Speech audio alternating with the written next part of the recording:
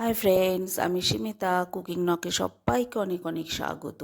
আজকে আমি শেয়ার করছি রেস্টুরেন্ট স্টাইল স্টার্টার রেসিপি কুং পাও চিকেন। খুব সহজে এটা বাড়িতে তৈরি করে নেওয়া যায়।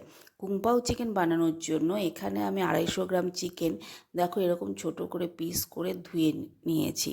এবার এটাকে আমি ম্যারিনেট করব। আর ম্যারিনেট করার জন্য এখানে আমি দিয়ে দিচ্ছি 1 চামচ গোলমরিচ গুঁড়ো, দিচ্ছি 1 চামচ আদা রসুনের পেস্ট, দিয়ে দিলাম 2 চামচের মতো ভিনিগার, আর দিচ্ছি 2 চামচ সয়া সস, দিচ্ছি সামান্য একটু লবণ, আর দেব 2 চামচের মতন কর্নফ্লাওয়ার। এবার এই সমস্ত উপকরণ দিয়ে এই চিকেনটাকে আমি খুব ভালো করে মেখে নেব। দেখতেই পাচ্ছ খুব ভালো করে কিন্তু আমি মেখে নিচ্ছি। এবার এটাকে 20 থেকে 30 মিনিটের জন্য আমি রেস্টে রেখে দেব। দেখো খুব সুন্দর করে কিন্তু আমি মেখে নিয়েছি। এবার এটাকে 20 থেকে 30 মিনিটের জন্য আমি রেস্টে রেখে দেব। এদিকে একটা বাটিতে আমি 3 চামচ সয়া সস নিয়ে নিচ্ছি। 3 চামচ সয়া সস নিয়ে নিলাম।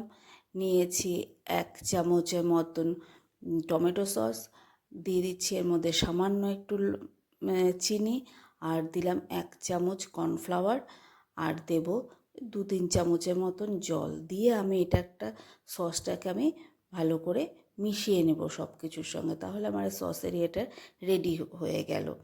এবার এখানে একটা কড়াতে আমি 3 চামচের মতন সাদা তেল নিয়ে নিচ্ছি। এটাতে বেশি তেল লাগে না। 3 চামচের মতন সাদা তেল নিয়ে নিলাম। তেলটা গরম হয়ে গেছে। এর মধ্যে আমি দিয়ে দিচ্ছি 2 স্টার অ্যানিস আর 3-4টে শুকনো লঙ্কা আমি টুকরো করে দিয়ে দিয়েছি। মিডিয়াম আঁচে এটাকে একটু ভেজে নেব। এটা ভাজা হয়ে গেছে। এবার এর মধ্যে দিয়ে দিচ্ছি আমি 10 থেকে 15 কোয়া রসুন এরকম টুকরো টুকরো করে নিয়েছি। এবার এটাকে আমি হালকা ভেজে নেব। দেখো এটা হালকা ভাজা হয়ে গেছে। এবার এর মধ্যে দিয়ে দিচ্ছি যে চিকেনগুলো আমি ম্যারিনেট করে রেখেছিলাম, সেই চিকেনের পিসগুলো আমি এর মধ্যে দিয়ে দিচ্ছি। দেখতেই পাচ্ছ চিকেনের পিসগুলো কিন্তু আমি এর মধ্যে দিয়ে দিচ্ছি। সব চিকেনের পিসগুলো আমি এর মধ্যে দিয়ে দিলাম।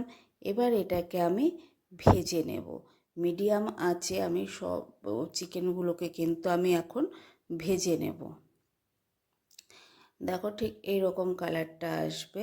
আমি এইভাবে কিন্তু সমস্ত চিকেনগুলোকে ভালো করে ভেজে নেব। দেখতেই পাচ্ছ কালারটা কিন্তু এই রকম আসবে।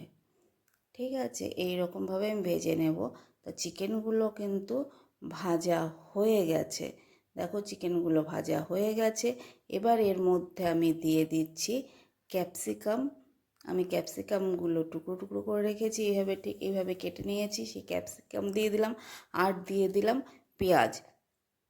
পেঁয়াজের পাপড়িগুলো আমি এর মধ্যে দিয়ে দিচ্ছি। দিয়ে এবার এটাকে আমি ভেজে নেব। মিডিয়াম আঁচে আমি এগুলোকে ভেজে নেব। আর দেব সামান্য একটু লবণ।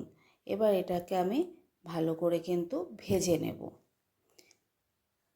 দেখতেই পাচ্ছ খুব সুন্দর করে কিন্তু ভাজা হয়ে গেছে। দেখো এগুলো সব কিছুই খুব সুন্দর করে ভাজা হয়ে গেছে।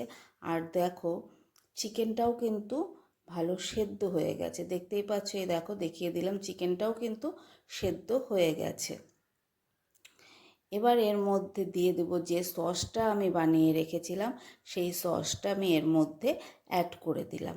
সসটা অ্যাড করে এবার এগুলোকে আমি খুব ভালো করে মিশিয়ে নেব। সব কিছুর সঙ্গে কিন্তু খুব ভালো করে মিশিয়ে নেব। দেখতেই পাচ্ছ খুব সুন্দর করে কিন্তু মিশে গেছে। দেখো খুব সুন্দর করে কিন্তু মিশে গেছে, আর দেখতেও খুব সুন্দর হয়েছে। এবার এর মধ্যে আমি দিয়ে দিচ্ছি রোস্টেড চিনেবাদাম। রোস্টেড চিনেবাদামটা কিন্তু দিতেই হবে। কুং পাও চিকেনে চিনেবাদাম ছাড়া কিন্তু এটা হয় না। এবার এটাকে খুব ভালো করে মিশিয়ে নেব। দেখতেই পাচ্ছ খুব ভালো করে মেশানো হয়ে গেছে। তাহলে আমার রেডি হয়ে গেল স্টার্টার রেসিপি কুং পাও চিকেন। এবার এটাকে আমি নামিয়ে নেব, নামিয়ে সার্ভ করে দেব। তাহলে ফাইনালি রেডি হয়ে গেছে আমার কুং পাও চিকেন রেস্টুরেন্ট স্টাইলে স্টার্টার রেসিপি কুং পাও চিকেন। তো তোমাদের রেসিপিটা কেমন লাগলো অবশ্যই জানিও।